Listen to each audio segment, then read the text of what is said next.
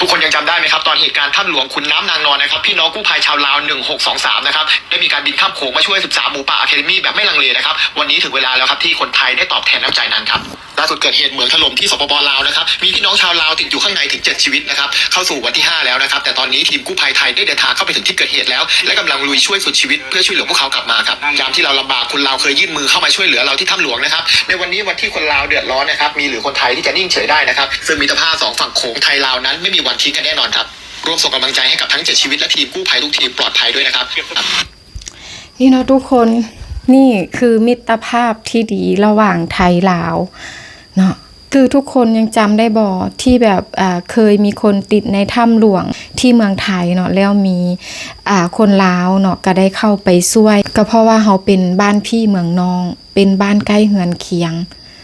คือแบบคนลาวก็ไปช่วยด้วยความเต็มใจแล้วก็ทั้งส่งกำลังใจให้ด้วยความแบบเป็นห่วงเป็นใยติดตามข่าวตลอดแล้วก็ขออวยพรให้ทุกคนปลอดภัยผลงานของคนลาวในมือนั้นกลับมาตอบแทนคนลาวในมือนี้แล้วเนาะทุกคนไทยเพิ่นช่วยเฮาหลายอย่างแหงทุกคนเนาะคือช่วยหลายๆอย่างบ่ว่าจะเป็นการน้ำท่วมบ่ไฟไหม้บ่หรือว่าช่วยทางการแพทย์ช่วยทำถนนหลายๆอย่างเลยทุกคนนี่แหละเนาะที่สาวรมักจะบอกว่าไทยลาวพี่น้องกันและสาวรตั้งชื่อซ่องตัวเองว่าสาวรว้าวไทยลาวก็เพราะว่าสาวรฮักเมืองลาวฮักเมืองไทยฮักคนลาวฮักคนไทยอยากให้คนลาวคนไทยฮักกันสามัคคีกัน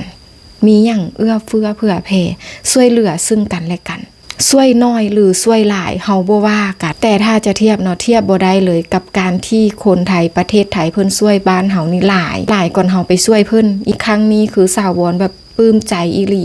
แล้วก็คนลาวหลายๆคนภูมิใจอีหลีเท่าที่สาวรได้รับรู้ข่าวแล้วไปเบิ่งคอมเมนต์คือคนลาวหลายๆคนที่เข้ามาคอมเมนต์แล้วแบบขอบคุณเมืองไทยหลายทุกคนเนาะหลายอีหลีแต่ก็จะมีบางคนที่แบบว่ามีอคตินะก็จะมีอยู่เป็นส่วนน้อยที่สุดเนาะแต่คนลาวส่วนหลายแม่นซื่นสมคนไทยเนาะ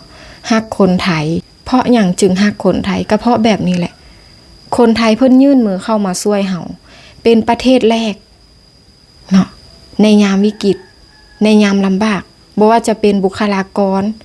เนาะบ่ว่าจะเป็นเครื่องมือแบบเพิ่นเฮ็ดด้วยใจเนาะทุกคนเพิ่นให้ใจเฮาก็ควรให้ใจเพิ่นดีกับเฮาก็ควรดีกับเพิ่นช่วยเหลือเฮาก็ควรช่วยเหลือเพิ่นเฮาคือมนุษย์ทุกคนการที่เฮารู้จักบุญคุณตอบแทนบุญคุณนี่คือเป็นเรื่องที่ดีถ้าเฮามีโอกาสเฮาก็ช่วยเหลือกันมันเป็นเรื่องที่ดีช่วยเล็กช่วยน้อยบ่เป็นหยังขอแค่เฮาได้ช่วยเนาะหรือแม้กระทั่งการส่งกำลังใจให้กันนี่นะก็ถือว่าเป็นเรื่องที่ดีสาวรก็ขอให้ทุกคนปลอดภัยเนาะ7คนในถ้ำแล้วก็คนที่มาช่วยเหลือบอกว่าจะเป็นคนลาวคนไทยก็ขอให้ปลอดภัยเพราะว่าก็คือทุกคนได้ฮู้นำกันนั่นแหละทุกคนในถ้ำก็จะแบบว่า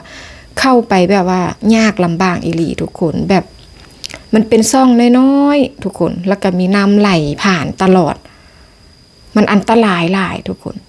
อันนี้ต้องเป็นกำลังใจให้ทุกฝ่ายขอให้ทุกคนปลอดภัยและก็ต้องขอกราบขอบพระคุณคนไทยทุกๆคนที่ช่วยคนลาวในครั้งนี้เนาะแล้วก็หลายๆครั้งผ่านมาเนาะทุกคนอันนี้คือเป็นมิตรภาพที่ดีระหว่างไทยลาวคือพี่น้องกันฮักกันไว้ดีก่อนสั่งกันทุกคนนั่นเองอ่ะสำหรับคลิปนี้เนาะสาวรก็จะขออนุญาตเนาะจบคลิปแต่เพียงเท่านี้ฝากทุกคนกดไลค์กดแชร์กดติดตามกด Subscribe ให้สาวรในเด้อสำหรับใครที่ว่าใจดีมีน้ำใจอยากซัพพอร์ตสาวรอยากให้กำลังใจสาวรก็อยากกดข้ามโฆษณาเจอกันคลิปต่อไปทุกคนบ๊ายบาย